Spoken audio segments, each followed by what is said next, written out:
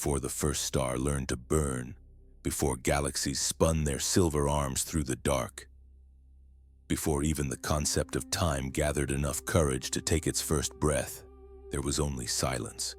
Not the silence of peace, not the silence of endings, but a silence so complete, so unbroken that nothing within it yet understood it was alone.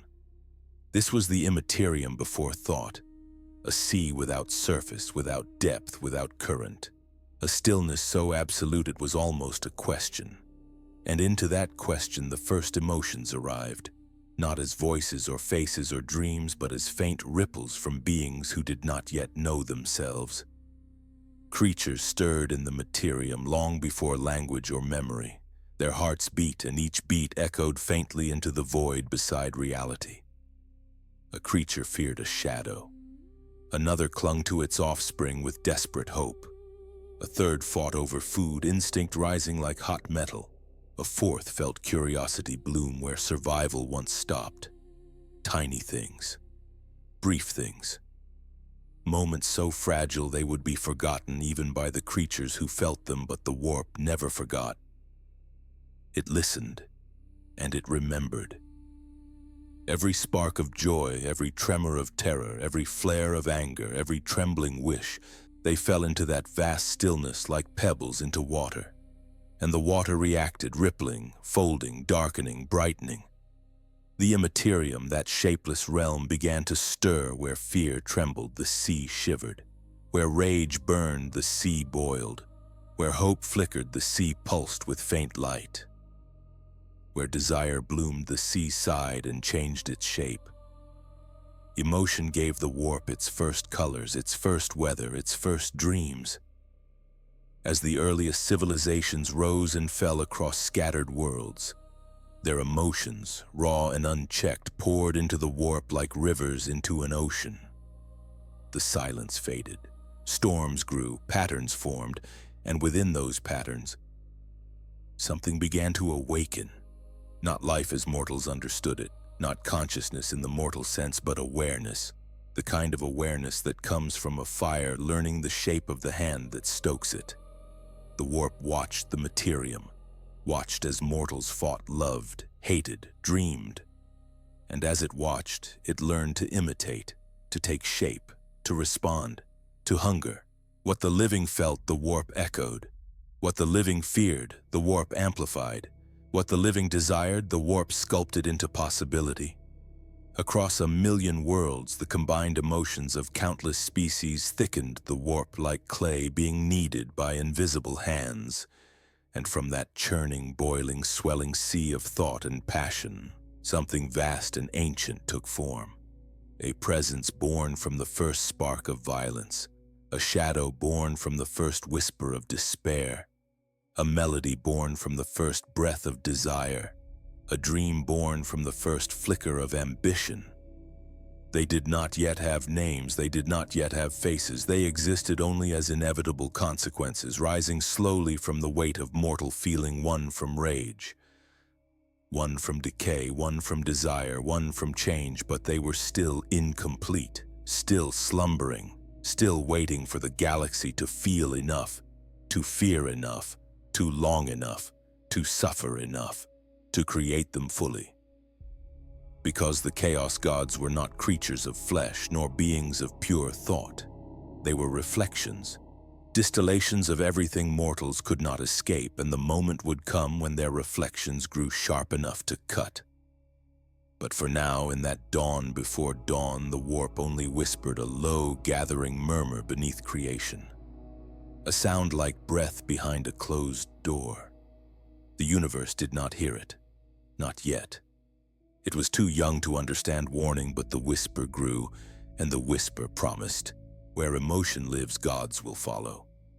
In the beginning, the warp was little more than a mirror without form, a boundless ocean of unreality, untouched by gravity, unshaped by physics, untouched by the rules that would later anchor the stars. It was a sea waiting for a storm, and mortals, fragile, luminous, unpredictable mortals, were the storm. When the first creatures crawled out of primordial seas across 1,000 worlds, they did not know they were creating gods. When the first hunters stalked prey beneath alien moons, they did not know their fear echoed in a chamber greater than any sky. When the first mothers protected their young with trembling arms, they did not know their hope left a trail of light across another realm entirely. Every emotion was a stone dropped into that limitless ocean, and every stone made a ripple.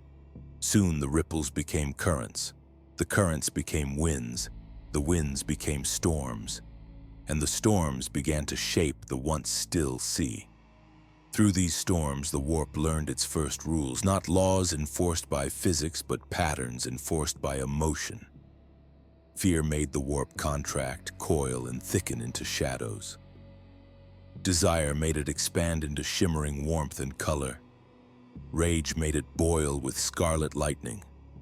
Hope made it hum with light, flickering like a candle in a cavern. These patterns stitched themselves into the fabric of the Immaterium, becoming currents of psychic weather. Some stayed gentle, mere breezes of melancholy or warmth. Others grew wild, tearing holes through the veil, spilling nightmares into the dreams of mortals not yet capable of understanding them. But the most profound changes came when the first civilizations found their stride. When creatures learned to shape tools, they shaped the warp. When they built cities, they built storms. When they waged wars, they carved valleys and mountains into the psychic sea. Still, the sea had no name. It had no purpose. It only remembered what it was given. Over time, the warp began to recognize patterns in the emotions pouring into it. Fear followed pain. Ambition followed hunger. Rage followed loss. Hope followed darkness. Like an echo that grows clearer as the sound repeats, these patterns began to carve themselves into shape. A tidal swell of anguish gathered in one place. A great drift of despair settled in another. Currents of violence braided together until they twisted like a spine. Dreams of glory, change, and perfection converged like river tributaries feeding a great unseen source. The warp began to develop a kind of intuition. Not intelligence, not yet, but the first glimmers of direction. It leaned toward the strongest emotions, much like a seed leans toward sun or water. When hatred burned brightest on distant worlds, the warp drew closer. When species cried out in fear of extinction, the warp trembled with them. When desire swelled into obsession, the warp swirled in fluid, intoxicating colors. When hope surged through civilizations that dreamed of reshaping the stars, the warp shimmered with restless potential. These were not yet gods, but they were foundations, nests of emotion where something ancient and inevitable would one day hatch. And then came the war that changed everything, the first great conflict to truly scar the galaxy long before mankind rose from old Earth's cradle. Long before the Eldari crafted their webway. Long before the Necrontyr traded their flesh for necrodermis. The stars belonged to beings so radiant and terrible that mortals would later call them gods. The Old Ones. Their mastery of the warp was unrivaled. Their wisdom touched every corner of the galaxy. And their enemies, the bitter and decaying Necrontyr, envied that mastery so deeply it became their doom. And their rebirth as the undying Necrons.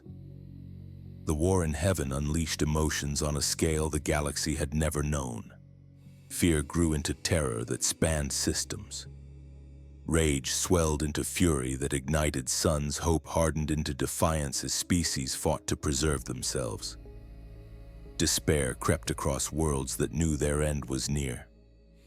This war, unlike the small tribal conflicts before it, thundered into the warp like a cosmic heartbeat. The sea without shape began to churn violently under the weight of so much feeling. Entire civilizations cried out at once. Entire species feared extinction together. Entire fleets burned in the void, screaming into the Immaterium. The warp drowned in emotion, and emotion, when deep enough, becomes life. At first, the changes were subtle. Vast storm fronts of psychic energy would gather, drift, and dissipate.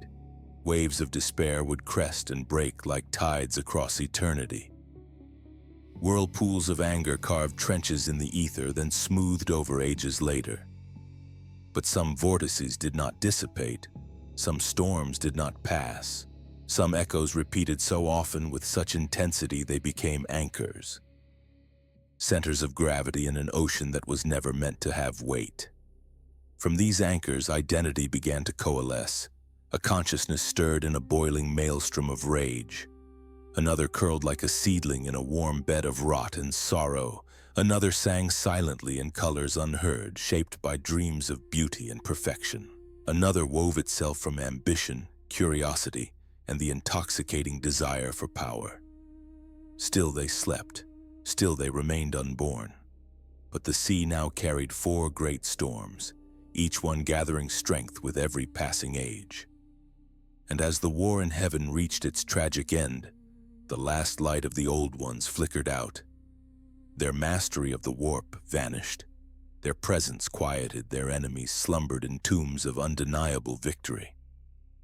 The galaxy fell into a long, echoing silence, and into that silence new voices began to form, not spoken, not sung, but felt like the pressure of deep water on stone. It was during this long twilight that the warp truly began to shift.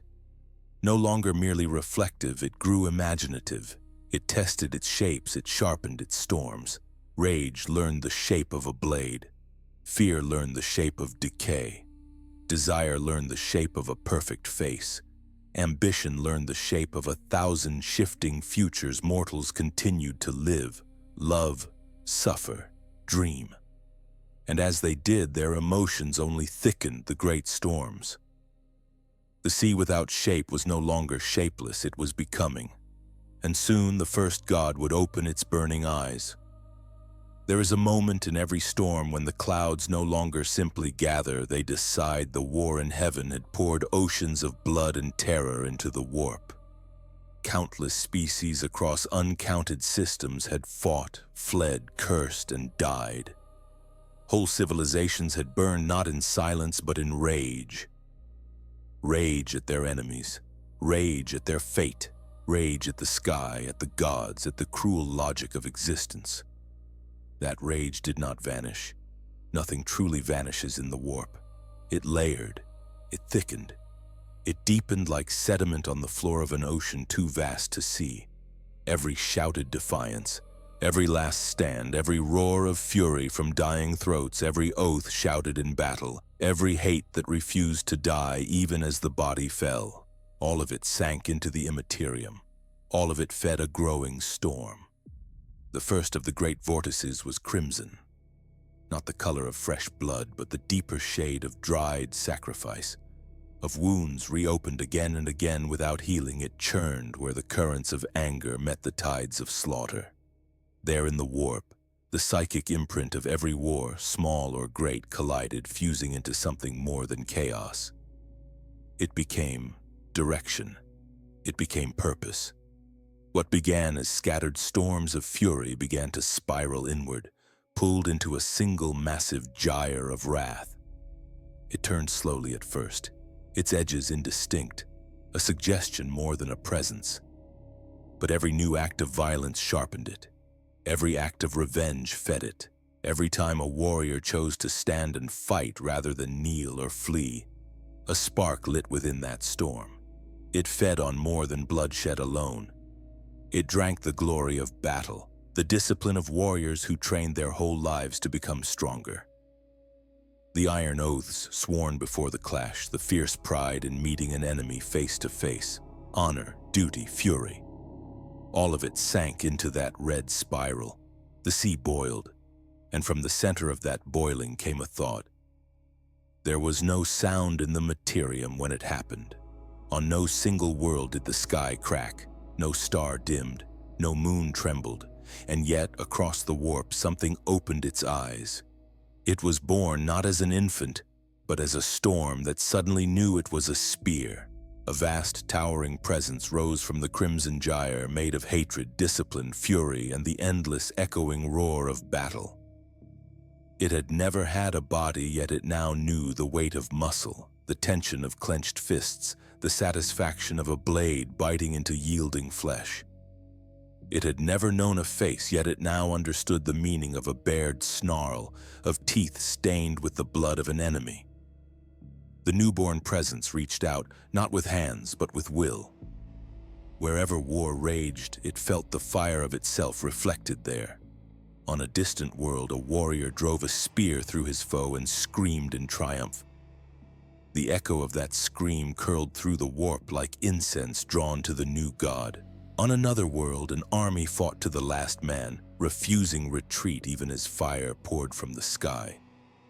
Their defiance, their refusal to surrender, their acceptance of death in battle rather than dishonor, all of it flowed into the waiting presence. Like lungs taking their first breath, the storm inhaled, and in that breath Khorne was born. God of bloodshed, Lord of war, the embodiment of every act of violence, from the pettiest murder to the grandest crusade. His awakening was not gentle. In his presence, the sea around him boiled harder, frothing in a maelstrom of scarlet and black skulls. Shapes made from the psychic imprint of death began to coalesce within the writhing storm, tumbling one over another in an endless avalanche. He did not speak. He did not need language. His nature was simple, pure, and total. Strength, slaughter, victory through violence. The warp shuddered in acknowledgement. For the first time, the Immaterium contained something like a center. As Khorne grew, the sea around him hardened into a realm that matched his nature. The warp does not have geography as mortals understand it, yet it knows symbolism, and symbolism is its truest terrain. Around Khorne, a land of brass and bone took shape, endless plains of cracked, dried gore. Mountains formed from skulls, some human, most not, rising into a storm-dark sky. Rivers of blood cut their way through the land, flowing toward a single point, a towering fortress of brass and shadow, built atop a mountain of skulls so vast its true summit was lost to the clouds of slaughter smoke. This was not constructed. It was inevitable. The more Khorne fed, the more defined his realm became. Every slain general, every butchered champion, every battlefield that ended with more corpses than survivors. All of it added another skull to the foundation of his throne. The idea of a skull delighted the warp's logic. A skull is the last mask of a living face. It is identity stripped of softness, of plea, of doubt. In Khorne's realm, the skull was both trophy and tally. Proof that violence had done its work, Khorne sat upon his rising mountain. And though his form was vast and shifting, sometimes a titanic armored warrior, sometimes a horned silhouette of living blood, sometimes a shadow crowned in fire, his presence was always the same, was relentless, uncompromising, unforgiving of weakness. He despised cowardice. He despised hesitation. He despised the lies men told themselves to excuse their lack of will. But he did not despise strength. He did not despise courage. Even in his cruelty, there was a twisted form of respect for those who fought without fear or deceit. For in the end, all would fall, and all would come to him. Khorne was not subtle. His emergence sent shockwaves through the warp, and those shockwaves rippled outward into real space. On 1,000 worlds, battles suddenly burned hotter. Warriors who once might have fled now felt a strange fire in their veins, a hunger to stand and fight, to test themselves against steel and fang rage that once burned and faded now lingered, echoing long after the battle's end. On one world, 2 rival tribes met on a barren field. Their conflict had lasted generations, more ritual than war, their clashes half-hearted and easily broken by fear or fatigue. But on this day, something changed. The sky did not darken, no prophecy was spoken, yet both sides felt the same cold certainty settle upon them. Only one tribe would leave the field. The battle that followed was unlike any they had known. Men roared with a fury that did not feel entirely their own. Old wounds were forgotten in the surge of fresh hatred. Blood soaked the ground until it turned to mud beneath their feet. When it was over, none were left to claim victory. The field was quiet. The sky remained unchanged, but in the warp, a single new skull tumbled down the great mountain. Coming to rest among billions, Khorne took it without a word. It was his by right. Across the stars, similar scenes unfolded.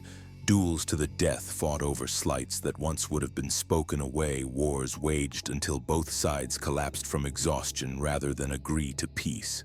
Slaughter for territory, for honor, for revenge, for no reason at all. To mortals, it seemed as though the universe had grown crueler. To the warp, it was simply becoming more honest about what had always lived in mortal hearts. Khorne did not create violence. Mortals had done that themselves. He only answered it. Despite his nature, there was a kind of purity in Khorne. He had no patience for trickery, no love for poisoners who killed unseen, no respect for cowards who sent others to die in their place. He preferred the ring of steel against steel, the cry of warriors who met each other eye to eye, the raw, unadorned truth of power tested in open conflict. In this, Khorne was closer to a law of nature than a moral force. He did not care who was right or wrong. He did not weigh motives. He weighed only strength. Those who called to him in battle, whether knowingly or with the unspoken devotion of relentless violence, would sometimes feel his gaze upon them, a warrior who refused to retreat even as comrades fled. A champion who sought the strongest foe, refusing easy kills. A lone defender who faced impossible odds with steady hands. These acts resonated in the warp. Khorne remembered them. Some he claimed after death. Their spirits, bound by blood oaths and rage, rose to fight forever in his armies as demons of war shaped in his image. Others he left to fade, their skulls claimed but their names forgotten, lost in the avalanche of his eternal tally. This was his mercy, equality in death, king or slave, saint or butcher. All were reduced to bone in the end. All were weighed by what they had done when steel was drawn. With Khorne's birth, the warp crossed a threshold it could never return from. The sea without shape had birthed its first great storm with a name. And as that storm took a throne of skulls, the rest of the Immaterium shivered. The presence of a god changed the currents around it. Emotions of war and hate surged more easily now, drawn to Khorne like sparks to a furnace. Yet this dominance was not total. Even in the height of war, other emotions endured: despair, fear of death, not in battle, but in the slow decay of age and sickness, longing for comfort, need for protection from an uncaring universe. Those feelings pooled elsewhere quietly, gathering in their own deep places. The first god had been born from blood, but the warp was not yet done. Beyond Khorne's roaring realm, beyond the skulls and brass and rivers of gore, another storm was forming, softer, slower, rotting gently in the shadows of eternity, where mortals feared not the sword but the grave. And from that fear another god would soon rise. Before the plague, God had a name. Before his laughter rolled across the Immaterium like warm thunder, there was only fear. Not the sharp, immediate terror of battle that belonged to Khorne's fire. This was older, quieter. A fear that settled into the bones and whispered through sleepless nights. It was the fear of waiting, the fear of weakness, the fear that came not from the swing of a blade but from the slow, inevitable closing of the grave. Mortals feared war, but they feared death more. Not the dramatic kind of death, but the slow failing of the body. Sickness, hunger, decay. The knowledge that time itself was a predator no one could outrun. In the early ages of the galaxy, disease ran rampant across countless species. Planets rose, flourished, and died under plagues their healers could not understand. Stars witnessed civilizations crumble into dust beneath the weight of famine or blight. Entire cities burned their sickened pyres that glowed for days. Villages sealed themselves behind walls of stone, praying that the wind would spare them. Mothers held dying children, whispering soft lies of recovery even as their own bodies grew fevered. Despair soaked into the warp like rain, the fear of endings, the hope, fragile and desperate, that maybe decay could be bargained with. Appeased, delayed. That combination of terror and yearning formed a new current in the Immaterium. Not a storm of roaring crimson like the one that birthed Khorne. This was slower, heavier. It dragged like a river thick with silt, and deep within that sluggish tide something began to grow. All things in the warp begin as emotions made metaphor. And despair, unlike rage, does not explode. It sinks, it settles, it takes root. Across the galaxy, the cries of the dying fell like petals into an unseen garden, each fear-laden breath, each trembling plea for deliverance, each whispered wish for one more day. They drifted through the Immaterium like drifting spores. These spores gathered in one place, a deep hollow in the warp where stillness slept thick as mud. The hollow warmed, it pulsed, it swelled like something gestating in the dark. The warp did not understand mercy yet, nor comfort, nor endurance, but mortals did. Even in their despair, they clung to each other, shared their burdens, held hands as the sickness took them.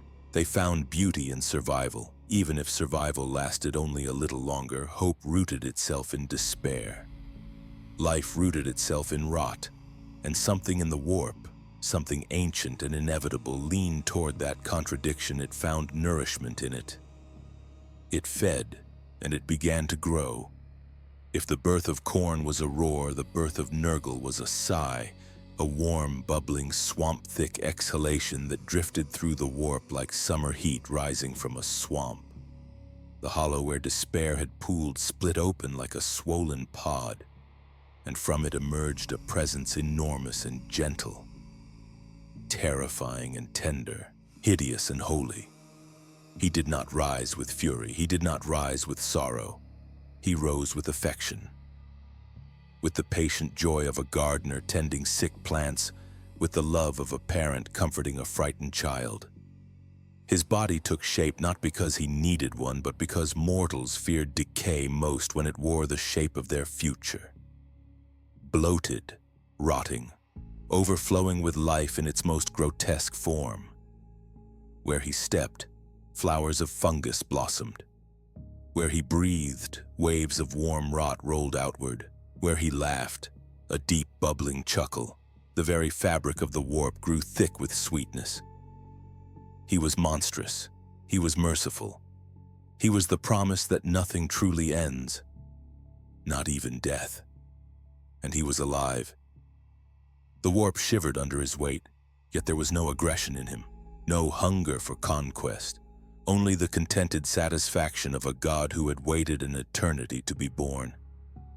The galaxy did not celebrate his arrival. It felt it, in every fever, in every blight, in every moment of hopelessness softened by acceptance. Across 1,000 worlds, plagues surged, but in those same places some found unexpected comfort. A sense that the suffering was shared, that something vast and warm watched over them with gentle curiosity. Nurgle had entered the great game without even knowing a game existed. Every chaos god shapes the warp around them, sculpting metaphor into geography. And Nurgle, for all his grotesquerie, was a giver of gifts. So the warp gave him a garden, a place unlike any other, a realm where life and death waltzed in eternal embrace. It was vast beyond comprehension. A landscape of crawling vines, swollen blooms, and trees whose branches sagged under the weight of ripe, dripping fruit. Ponds of bubbling filth reflected a sky choked with buzzing insects the size of small planets. The air was thick with pollen that glowed faintly, casting drifting motes of sickly light. It was beautiful, horrifying, overflowing with life so abundant it knew no boundaries. And in the heart of this riotous wilderness sat a ramshackle cottage of rotting wood and rusted nails. Its windows oozed sap, its chimney exhaled the warm scent of soup and decay. This was Nurgle's home. This was where he brewed his plagues. This was where he nurtured the diseases that would sweep across the stars, not out of malice but out of love.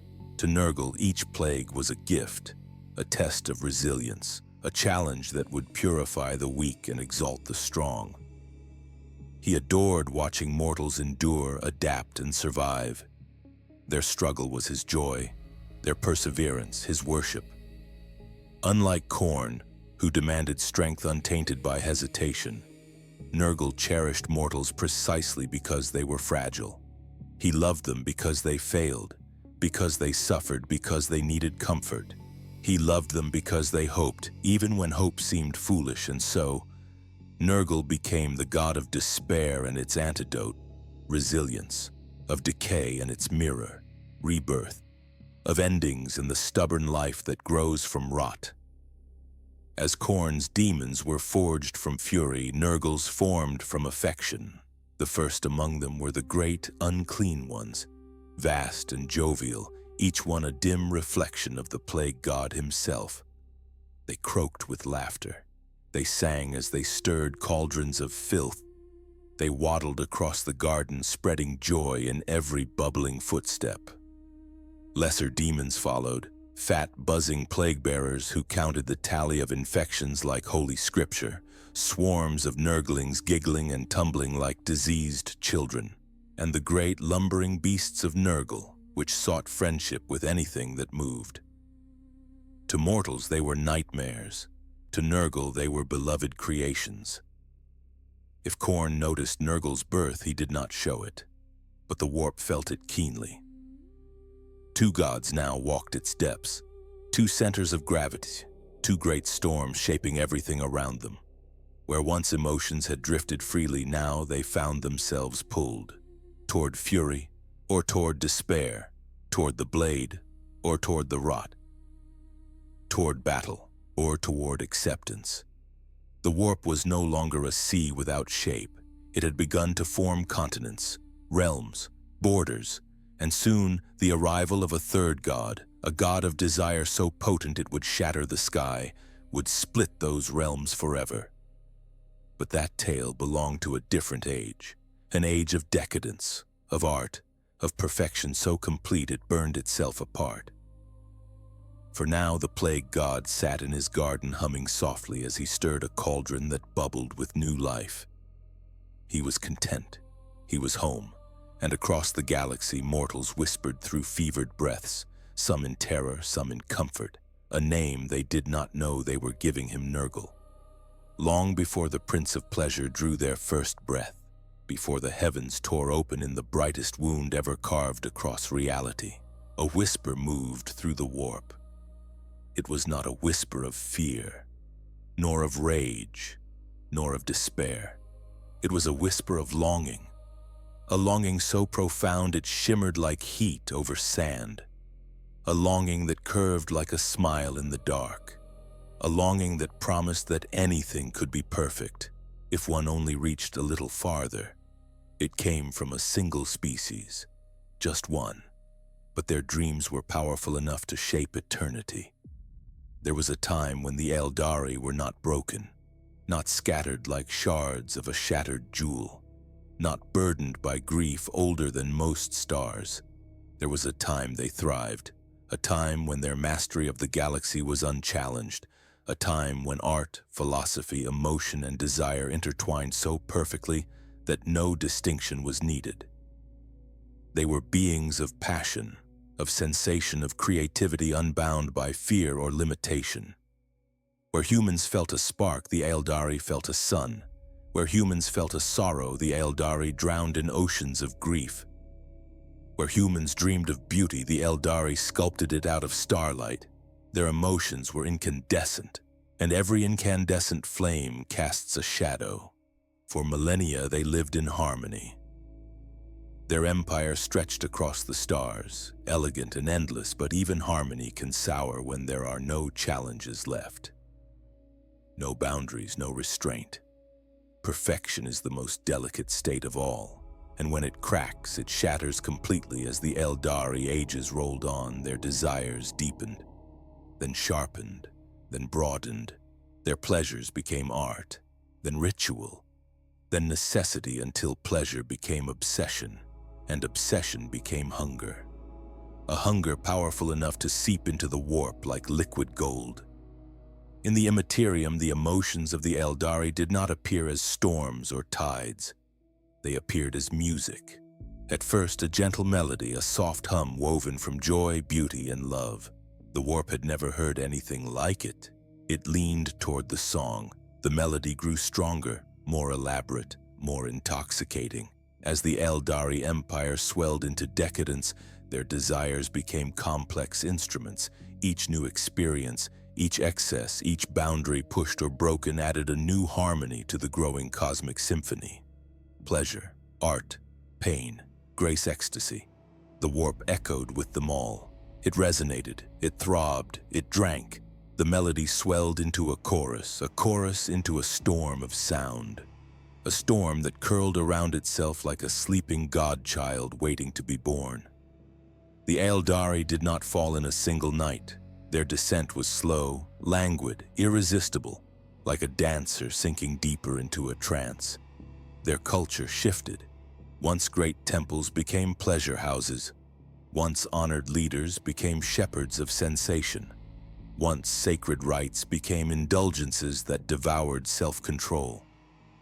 Their dreams seeped into the warp with greater frequency, greater intensity, greater heat. A single Eldari dream could feed the warp more than 1,000 human lives of feeling.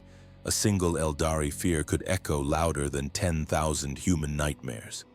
A single Eldari desire could reshape psychic currents that had existed for millennia. And they dreamed. They dreamed endlessly, of perfection, of beauty, of sensations unnamed and unimagined. The warp swelled, pregnant with possibility. The shape in the melody grew larger, clearer, more defined, until it became unbearable. The warp itself shuddered, suffocated by its own gestation.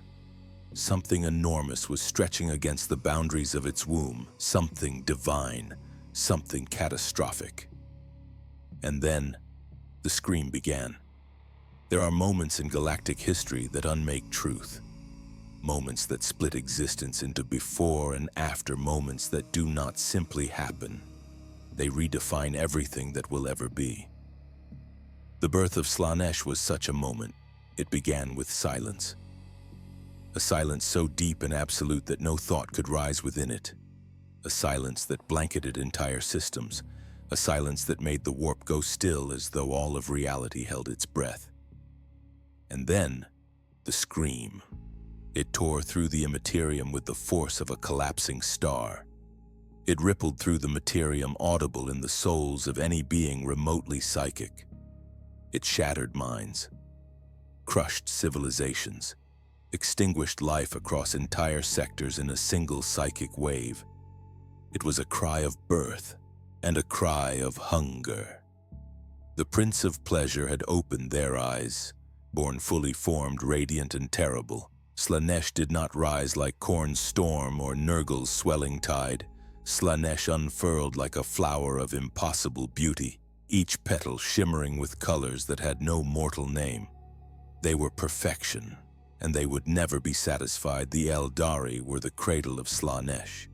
And like any cradle, it broke when the child reached out. The birth scream tore the Eldari Empire apart. Millions died in an instant, their souls ripped from their bodies as offerings to their newborn god. Worlds collapsed into psychic implosions. Entire realms of their civilization, vast decadent pleasure worlds, were swallowed into nothingness, and at the heart of their empire, the fabric of reality split open like a wound. The Eye of Terror was born, a permanent scar, a vortex where the warp and real space bled into one another. A storm of desire made physical. The Eldari who survived did so only because they fled early. The craft worlds, the Exodites, the Drukhari in their dark labyrinth of Kamarag, but their souls carried the mark, the shadow of the god they had unwittingly created. Slaanesh had taken their first breath, and the galaxy would never forget it. As their power stabilized, Slaanesh shaped a kingdom in the warp, a place of impossible vistas and intoxicating beauty where mountains rose like sculpted marble, glistening with brilliance that hurt to behold. where lakes shimmered with liquid emotion, where the very air tasted sweet with promise, and beneath that beauty lay cruelty sharper than any blade. Pleasure and agony intertwined, delight and despair wove into one another like silk threads. Every path led deeper into temptation, and every temptation led deeper into ruin. For Slaanesh was not merely desire, but the hunger behind desire, the emptiness that can never be filled, the promise of perfection that breaks those who chase it. The youngest of the gods, the brightest, the most terrible. With Slaanesh's arrival, the warp changed its balance. Khorne raged at the new god's existence, for their realm challenged. His Nurgle shook with amused warmth. For all joy leads to rot in the end. Tzeentch stirred restlessly, for desire was a thread he could pluck. The warp now had 4 thrones, 4 wills, 4 storms, 4 reflections of mortal nature so potent they became divine. And as Slaanesh took their place among them, the galaxy trembled, not from war nor plague nor ambition, but from the realization that mortal desire could birth a god. By the time the Prince of Pleasure opened their eyes and tore a wound across the stars, the warp had already changed beyond recognition. Where once there had been only a sea of unshaped feeling, now there were realms. Thrones, centers of gravity around which emotion orbited like planets around suns. Rage had taken its form in Khorne. Despair and endurance had blossomed into Nurgle. Desire and perfection had awakened as Slaanesh. There remained, however, another kind of emotion, less loud than anger, less heavy than despair, less intoxicating than desire. It was the quiet fire behind all of them, the wish for something different, the refusal to accept what is, the yearning for a future not yet born. It lived in every mind that looked at the world and thought, "This is not enough. This could be more. I could be more." It lived in the hearts of schemers and dreamers, in revolutionaries and scholars, in liars, prophets, scientists, and children. It was hope. It was ambition. It was the instinct to change. And in the warp, it had been weaving itself into a net for longer than any god had yet existed. Unlike the storms that gave birth to Khorne, Nurgle, and Slaanesh, the currents that formed Tzeentch were not obvious. They did not roar. They did not glow. They did not scream. They shifted. Every time a mortal made a plan, a thread stirred in the warp. Every time someone lied to gain advantage, another thread crossed it. Every time a dreamer refused to surrender and reached for a different future, a knot formed, bright and hot. Over time, these threads layered across one another. They braided and unbraided. They tangled and smoothed. The warp watched, and as it always did, it learned. It learned that no creature was truly content. That even in peace they dreamed of more. That even in suffering they dreamed of escape. That even in triumph they dreamed of greater heights. The warp admired that. Admiration became curiosity. Curiosity became emulation. It began to weave. Deep in the Immaterium, in a region where no storm dominated, a shape began to form. Not of land or sky, but of pure, shifting pattern. It was a web, endless in its complexity. Threads of light and shadow ran through it, each string humming with possibility. At first, it had no center, no hand to guide it. It grew the way ivy grows, the way rumor spreads, the way ideas propagate silently between minds that never meet. Mortals made decisions. Each decision sent ripples into the warp. Those ripples tugged on the web, rearranging its shape. Sometimes a small choice, hardly worth notice, would pluck a thread that ran deep, reshaping events across whole worlds. Sometimes a grand decision hardly moved the net at all. The warp found this amusing. It realized that free will was not chaos. It was architecture, an architecture so intricate that even the gods themselves struggled to grasp every detail. But someone would. Someone must. And so slowly a presence began to condense within the center of the web. It did not arrive as a roar, nor as a sigh, nor as a scream. It arrived as a laugh. Soft at first, the chuckle of someone reading a story they already know the ending of, and still enjoying the little surprises along the way. The threads of the great web trembled at the sound knots brightened. Shadowed strands snapped and reattached themselves. From the tangle of possibility, a shape slowly emerged. It was tall and ever-changing, never the same twice. Sometimes a figure cloaked in feathers and fire. Sometimes a tangle of eyes and hands, each holding a different future. Sometimes nothing more than a ripple of color and intent. It had no birth cry. It had always been present in seed form, and now it simply understood itself. It spoke no name. Names were cages, and it preferred keys. But in time, mortals would name it. They would call it the Changer of Ways, the Architect of Fate, the Great God of Tzeentch. And the warp, ever eager for symbols, wove that name into itself. The fourth great god had awakened. Tzeentch did not shape the warp into a fortress or garden or palace. Such things were predictable. He preferred movement.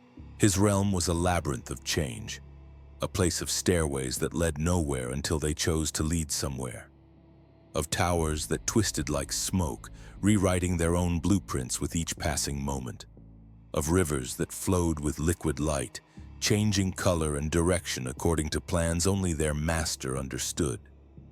Skies there burned in impossible hues, colors that made mortal minds ache to consider them. Every horizon promised something different. If one could only reach it, nothing was fixed. Nothing was final. Nothing was truly lost. Tzeentch delighted in it all. He explored his own realm as though it belonged to someone else. He walked paths he had designed to surprise himself. He spoke prophecies to no one in particular, then wandered off to see if the cosmos would bother to fulfill them. He did not crave adoration like Slaanesh, nor straightforward offerings of blood like Khorne, nor the slow worship of decay and acceptance like Nurgle. Tzeentch craved movement, change, transition, the moment between states. He was the god of the question mark, of the unfinished sentence, of the plan. In the Immaterium, life continued its unpredictable dance. Species rose, fell, and rose again in new forms. Some civilizations clung to tradition, fearful of change. Others raced toward it, remaking themselves with wild abandon. Inventors dreamed of new tools to bend the universe to their will. Mystics yearned to pierce the veil between thought and reality. Rulers schemed to hold power forever. Rebels schemed to take it away. Every time someone whispered, "There must be another way," a thread on Tzeentch's great web thrummed. He listened, he watched, he smiled. Ambition became his favorite flavor of emotion, the hunger to rise above one's lot, to break destiny, to rewrite oneself. It did not matter if the ambition was noble or cruel. It did not matter if the plans were grand or petty. The important thing was that they altered something, that they created a fork in the path, that a new line was etched across the scroll of fate. Where others saw chaos as randomness, Tzeentch saw it as opportunity. Where others saw fate as fixed, Tzeentch saw it as malleable. He offered favors accordingly. Tzeentch did not hand out blessings freely. He traded knowledge for loyalty, power for devotion, possibility for obedience. There was always a price, sometimes paid immediately, sometimes delayed, but always present. He whispered secrets into the minds of psychers and sorcerers. He hinted at hidden paths through the labyrinth of reality. He tugged at the strings of probability, letting impossibilities unfold like flowers under his gaze. To those who served him well, he granted visions, glimpses of futures where they triumphed beyond measure. Futures where their enemies knelt, futures where they ascended beyond mortality. Most did not ask what else those futures required. They did not wish to see the full cost. Tzeentch was happy to oblige their lack of curiosity. His joy was not in their success or failure. His joy was in the attempt, the act of reaching, the motion of striving and stumbling. Every scheme, successful or not, made the web grow richer. Every fall opened new paths. With Tzeentch fully awakened, the warp reached a new equilibrium. 4 powers, 4 poles, 4 reflections of mortal nature, each claiming its own domain. Khorne, in his kingdom of blood and open battle; Nurgle, in his garden of rot and resilience; Slaanesh, in their palace of endless excess and perfection; Tzeentch, in his labyrinth of shifting possibility. They did not share. They did not agree. They did not ally. But they were bound to each other all the same, not by trust, not by kinship, but by the simple fact that no one of them could embody all that mortals felt. They were pieces of a whole. 4 answers to 4 different questions. What do we do with violence? What do we do with decay? What do we do with desire? What do we do with change?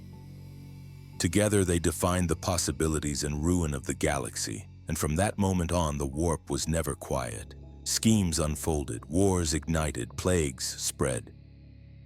Pleasures bloomed and curdled. Mortals gazed up at the stars, searching for gods in distant suns, never realizing the true gods had been born from the storms inside their own hearts. After the rise of the 4 great powers, the warp grew heavy with presence. What had once been a sea of drifting emotion was now a constellation of realms, each vast enough to swallow mortal comprehension whole. Khorne's throne of brass burned like a star of blood. Nurgle's garden swelled with life and rot in equal measure. Slaanesh's palace shimmered with impossible beauty. Tzeentch's labyrinth glittered like a shifting mosaic, every pattern rewriting itself. The warp had shape now, not a stable shape. Nothing in the Immaterium was stable, but a pattern, a map of forces, a balance of hungers. And when there is balance, something must test it. Some will try to break it, some will try to maintain it. Some will pretend they never cared at all while weaving themselves into every outcome. This was how the great game began. The gods did not discover each other through sight or sound. They discovered each other through influence.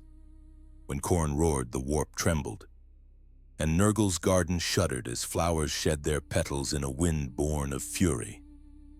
When Slaanesh sang their first celestial note, Tzeentch's labyrinth flickered with iridescent color, as though his realm could not resist responding to beauty with complexity. When Nurgle laughed, Khorne felt a weight settle over his realm, a slowness he despised and immediately fought against.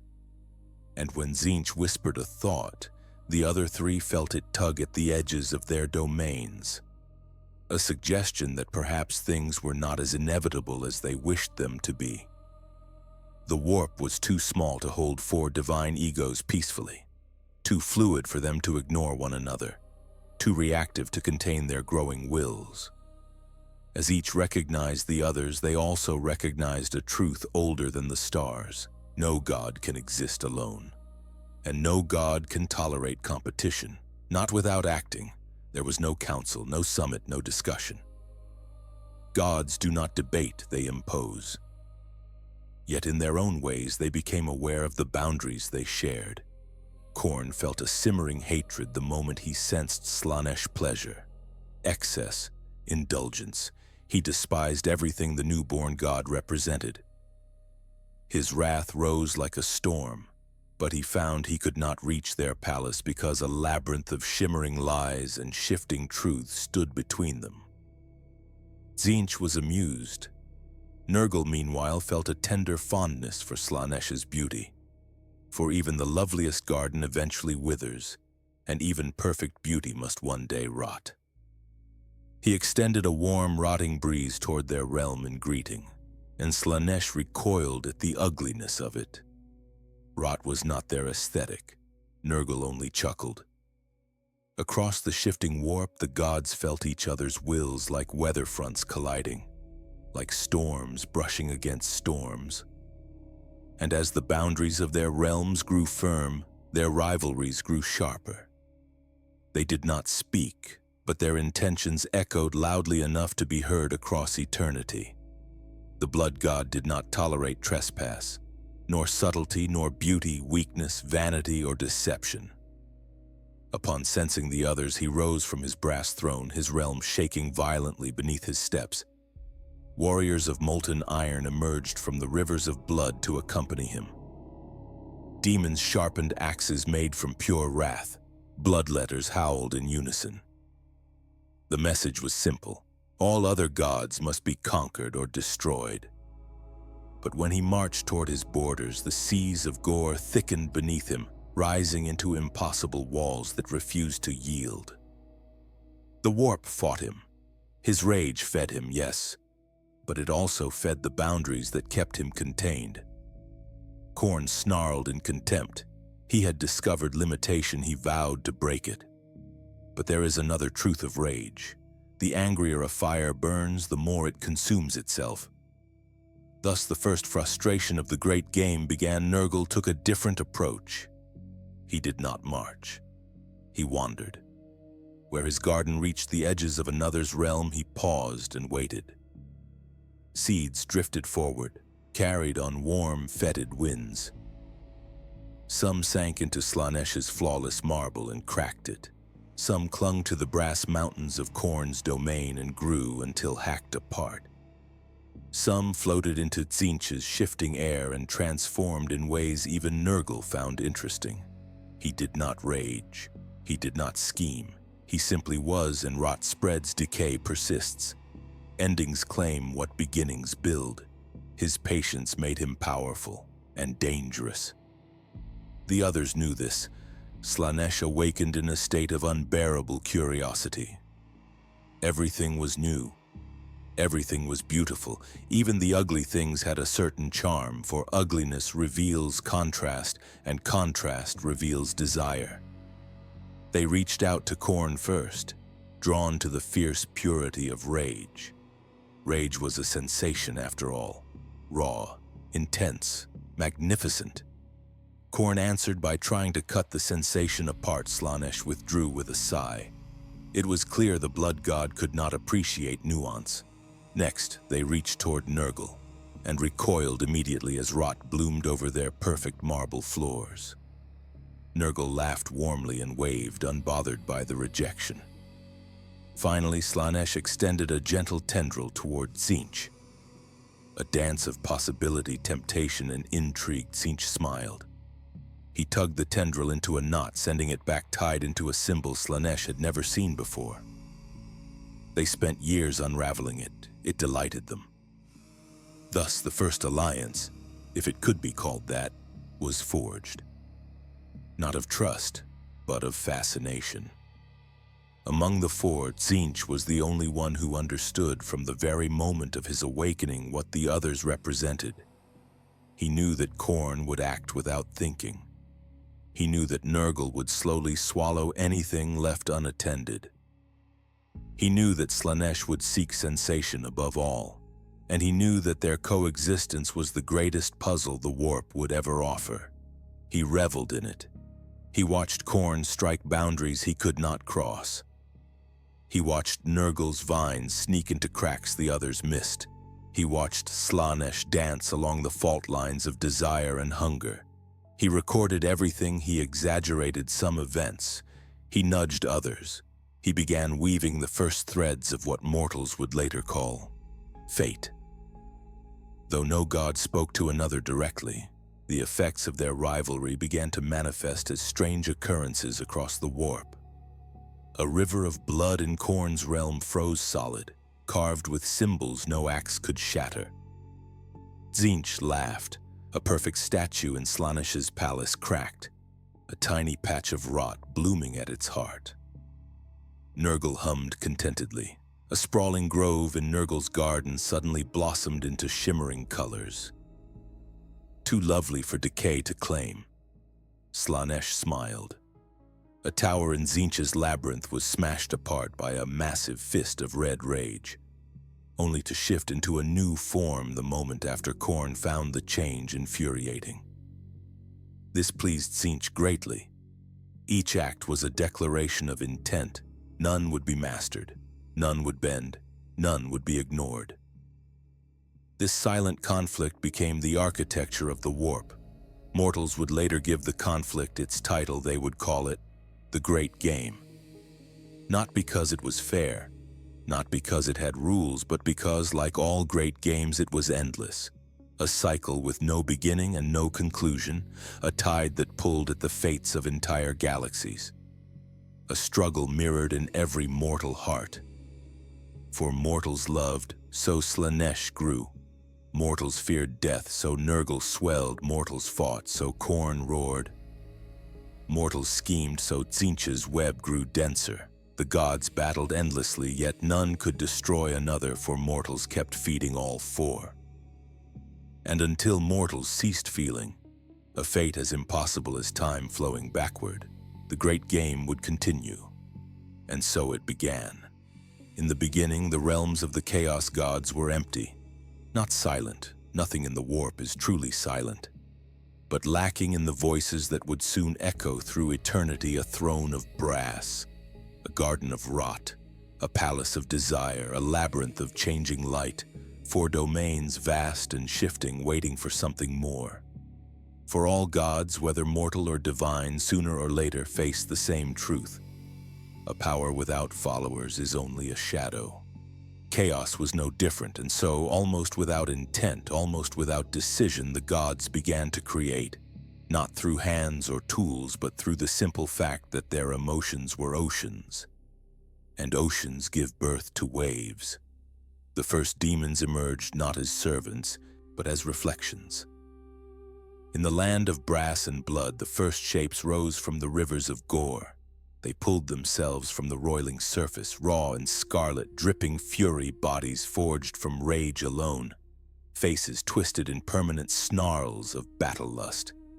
They were the bloodletters, foot soldiers of the blood god, shaped like the nightmares of warriors who died with weapons still clenched in frozen fists. Their swords burned red with heatless flame, each blade an embodiment of murder, each roar a tribute. Soon after came the flesh hounds, massive beasts with skin like molten iron and jaws built for rending bone from spirit. They did not howl. They did not bark. They only hunted. And on the brass plains, as lightning cracked overhead, a greater shadow rose, a titan of rage given form, the bloodthirster. Winged and horned, towering and unstoppable, these greater demons were not Khorne's children so much as his fists. Each was a storm of wrath, a general born from the moment someone died in battle while cursing the world with their final breath. Their first act was to kneel before the skull throne. Their second was to roar in rage, for they understood the truth. There would never be enough skulls. In the garden of Nurgle, the air thickened with spores and the scent of ripe rot. The plague god hummed as he tended to his cauldron. He did not command creation. Creation simply happened. The first to emerge were the plague bearers, tall, rotting figures with single, bleary eyes and distended bellies that sloshed with contagion. They counted constantly, muttering the tally of infections like monks reciting scripture. Each number was a joy, each disease a blessing, each cough a hymn. Next came the Nurglings, little tumbling balls of grinning filth popping out from under Nurgle's sagging skin like mischievous children escaping a warm embrace. They giggled, they played, they climbed their creator's arms, dragging trails of slime as they laughed. Where they touched, flowers wilted and rebloomed in strange colors. The garden loved them. Nurgle loved them more. Then there were the beasts of Nurgle, enormous slug-like creatures with too many limbs and a pitiful desire for friendship. They would slither eagerly toward anything that moved, seeking only affection, crushing homes, fortresses, and ecosystems without a single malicious thought. And towering above them all, the great unclean ones, vast fatherly figures, each one a dim reflection of Nurgle himself, they stirred cauldrons, sang bubbling songs, blessed the mortal worlds with the gift of rot, not out of hatred but love, for in decay all life is equal. The palace of pleasure did not birth its children in chaos, it sculpted them. The first demons rose softly, like dew forming on spider silk at dawn. Their shapes were elegant, too beautiful, too symmetrical, too flawless for any mortal culture to accept without fear. They were the demonettes, deadly dancers with voices like whispered promises, and claws sharp enough to slice through dreams. They moved with grace, every step a seduction, every gesture a temptation. Their laughter filled the shimmering halls, a sound that drove mortals mad with yearning. Next came the fiends, twisting serpentine shapes with limbs arranged in unsettling symmetry, their forms a perfect blend of allure and horror. Their touch overwhelmed senses, their presence unbalanced minds, and in the highest chambers of the palace the air shimmered as the keepers of secrets took form. They were Slaanesh's greater demons, vast and terrible in their beauty. Not monstrous, but perfection so intense it became painful to behold. They carried staffs, blades, and instruments that could alter emotion itself. A touch could bring ecstasy, a whisper could bring ruin, a dance could tear souls apart. Everything about them promised revelation. Everything about them demanded surrender. They were Slaanesh's pride, and their existence alone sent tremors of envy and hunger rippling through the realms of the other gods. In the shimmering labyrinth of the architect of fate, nothing was still. And so the first demons of Tzeentch took shape as shifting, flickering beings. More spell than creature, the horrors, bright and cackling, burst into existence like sparks from a fire. When one was cut apart, it split into two smaller horrors, each shrieking with manic joy, each eager to cast bolts of warp light at anything that moved. Their laughter echoed through the maze, a maddening sound of perpetual reinvention. Following them arose the Flamers, floating creatures with burning hands that spilled alchemical fire across the shining floors. Their flames were not heat alone, but change, melting and reshaping whatever they touched. Later came the Screamers, shark-like shapes that drifted through the warp air like aquatic predators swimming through an ocean of possibility. Their cries bent reality, their mouths devoured spells, and finally in the throne room woven from pure potential, the first Lords of Change unfolded their wings. Towering, avian, robed in starlight, each carried a staff of shifting glyphs and eyes that saw 10 futures in every glance. They were Tzeentch's viziers. Each held secrets, each told lies, each believed they were closest to ascension, and Tzeentch encouraged all of them. Deception was his love language. Ambition his favorite toy. Change his only constant. As the demons multiplied, each god gathered legions. Khorne's hosts thundered across the brass plains, roaring oaths of bloodshed. Nurgle's troops shambled joyfully through bubbling marshes, sharing diseases like affectionate gifts. Slaanesh's courtiers twirled through mirrored halls, their movements intoxicating, their presence irresistible. Tzeentch's armies swirled like storms, shifting shapes and colors with every command. It was in this era that the warp first learned to echo with marching steps, war cries, laughter, and whispers. The gods had children, and with children came armies, and with armies came the promise of war, not only against mortals, but against each other. Boundaries strained, each god's realm pressed outward, testing the edges of the others.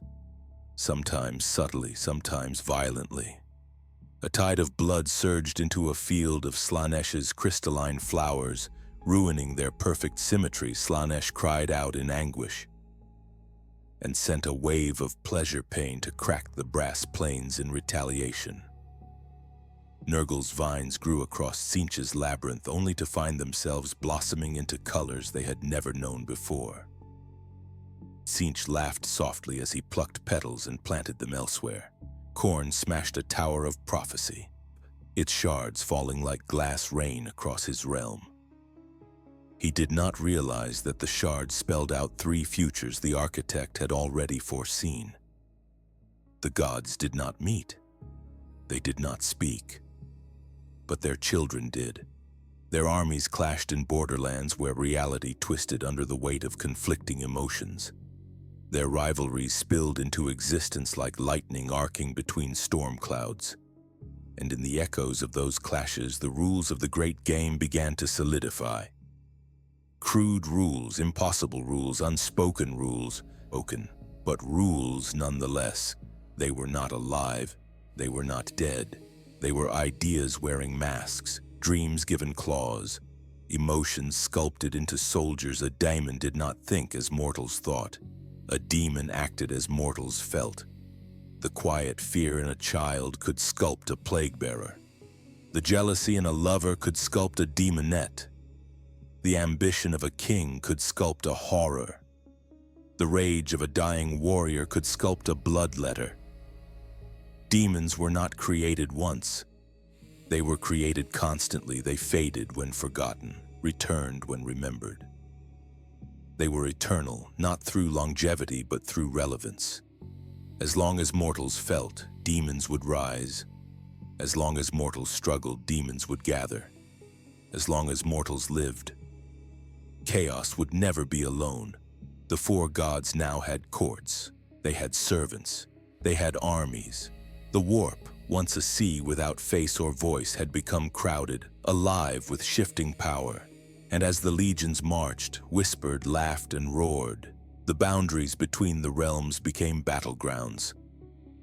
The great game was no longer a concept. It was a war being lived, every moment, everywhere. At first, the gods believed themselves contained. Their realms were vast, yes, immeasurable, unknowable, drifting through the churning heart of the Immaterium. But separate like distant storms on an endless sea. Their thunder echoed into each other's domains, yet their lightning struck only their own skies. For a time, the Immaterium, the realm of matter, stars, planets, and mortal lives, remained untouched, blissfully unaware, blissfully silent. A dream the warp had not yet realized it could reshape. But dreams bleed, they seep, they find cracks where no cracks should exist. And so, almost imperceptibly, the warp began to place its shadow across reality. It began with emotion, simple, raw, unfiltered emotion. A mother mourning her child, a warrior refusing to surrender, a king consumed by paranoia, a priest longing for divine revelation, a criminal hoping for escape. Each feeling, each struggle, each moment of intensity sent a ripple into the warp, and the warp, no longer mute, sent something back. Not a voice, not a vision, something softer, something easier for mortal minds to mistake as their own thought. A suggestion, a nudge, a dream not entirely created by the sleeper. A feeling that one path was destined, or that a sudden burst of courage or fear came from within. Mortals felt these influences, yet believed them natural. The warp was amused, the gods were intrigued, and fate itself began to tilt. As humanity and other civilizations rose and fell, the warp thickened with their emotions. Every triumph sent sparks of power into Tzeentch's realm. Every heartbreak dripped into Nurgle's garden. Every indulgence shimmered in Slaanesh's palace. Every act of violence echoed into Khorne's throne. The more mortals felt, the stronger the reflection grew. And so the barrier between real space and the Immaterium thinned, softened, became porous, not broken, but stressed like a taut rope beginning to fray. In ancient times, psychers, rare, fragile minds that brushed too close to the Immaterium, became the first beings to hear the gods clearly. Some received visions, some heard voices, some saw impossible colors. Some simply woke screaming, their dreams coated in sensations that had no words. Some worshipped what they saw, others feared it, but all were changed. The warp had reached out, and the Immaterium had felt it. Mortals are creatures of longing. Even those who deny the gods seek meaning, and meaning is the soil in which faith grows. The earliest cults were small, fragile things, born in caves, tents, or tiny settlements. A warrior who heard Khorne's silent approval formed the first warrior lodge. A healer who felt Nurgle's warm sadness shared herbs and comfort until death took them both. An artist who glimpsed Slaanesh's perfection created a sculpture that drove those who saw it to obsession. A seer who heard Tzeentch's laughter foretold a storm that arrived with unnatural precision. Many of these cults died quickly. Some thrived quietly. Most never learned the true names of the gods they served. The Chaos gods did not yet seek worship. They were content with influence, with gentle tugs at the threads of fate, with emotions thickening their realms one soul at a time. But mortals are never content for long, and knowledge once tasted is rarely surrendered. It is a universal truth that if a door exists, even one never meant to be walked through, someone will try to open it, and someone did. Across the early galaxy, psychics pushed deeper into their visions. Ritualists sought greater signs. Desperate rulers bargained with voices whispering from beyond. Some simply dreamed too vividly to remain anchored in flesh. One by one, cracks appeared. Small tears in reality, like seams splitting under pressure. A flicker of impossible color in the air. A whisper that did not come from a throat. A shadow that bent the wrong way. A hand of smoke reaching through a wall and vanishing. A demon, not fully formed, not truly present, brushed against reality for the first time. It did not stay. It could not. But it left a trace, a stain, a memory. Mortals wrote stories of these encounters, some in fear, some in awe, some in denial, but all agreed on one thing. Something watched them. Something listened. Something waited. Where psychers stumbled blindly, Tzeentch quietly guided a chosen few. He whispered equations made of light.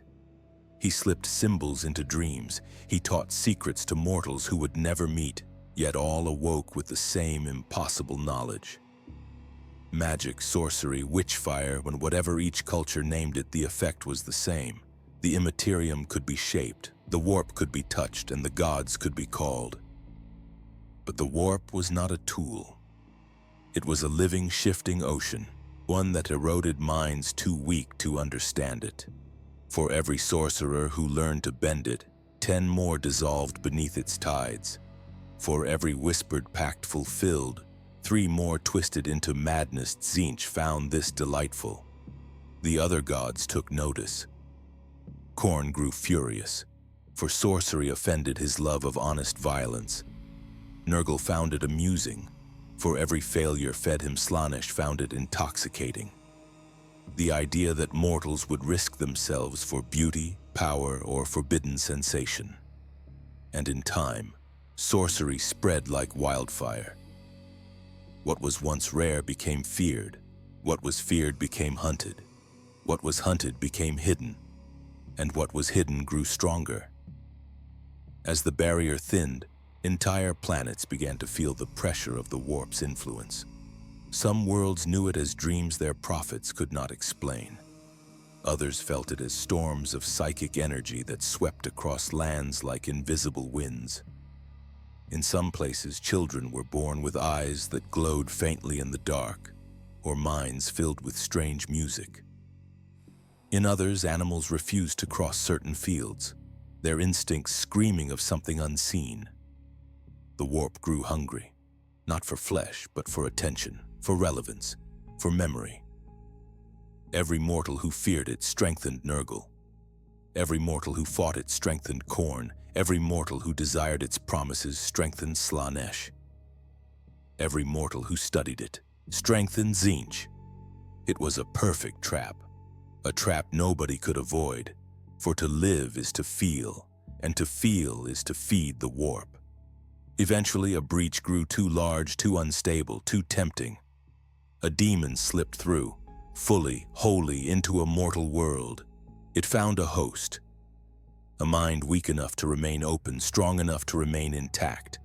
The result was chaos, madness, death, violence, and worship. No one agreed on what they had seen. Some claimed an angel, others a nightmare. A handful spoke the truth and were silenced. But the gods heard. They felt the shift. They felt the door open wider, and they knew a new age had begun, an age where the warp no longer merely reflected reality, but reached into it. Where mortal souls were no longer distant sparks, but doors. Where faith was no longer metaphor, but power. Where terror, ecstasy, ambition, and despair were not emotions, but resources. Across the galaxy, the shadows of the gods fell upon ancient civilizations who had never imagined such cosmic entities. Some worlds crumbled under psychic storms, some adapted, some rose, some fell forever. Mortals sought answers, mortals sought gods, mortals sought comfort, power, escape, glory, transformation, and in their seeking they opened doors the warp could not have opened alone. The gods watched, they smiled, they reached. The great game had expanded beyond the warp. Now the entire galaxy was a playing field, and every living mind was a piece on the board. And so, our tale drifts to its gentle close. From the first trembling sparks of emotion to the birth of gods carved from thought and feeling. From the long night of human suffering to the scattering of the Emperor's sons across a galaxy too vast for dreams to hold. This is how chaos learned to breathe, how humanity learned to endure, and how destiny, warp-touched and wandering, began to take its shape among the stars. Somewhere in the deep darkness, the Primarchs grow beneath alien skies. Somewhere in the shimmering warp, the gods whisper and wait, and on ancient Terra, a golden figure watches the shifting night with patient, quiet purpose. All of them moving slowly, inevitably, toward the future that still sleeps beyond the edge of sight. For now, let the echoes fade. Let the storms calm. Let the galaxy settle into silence. Rest well, traveler of the 41st Millennium. Another story waits beyond the horizon, but it can wait until morning.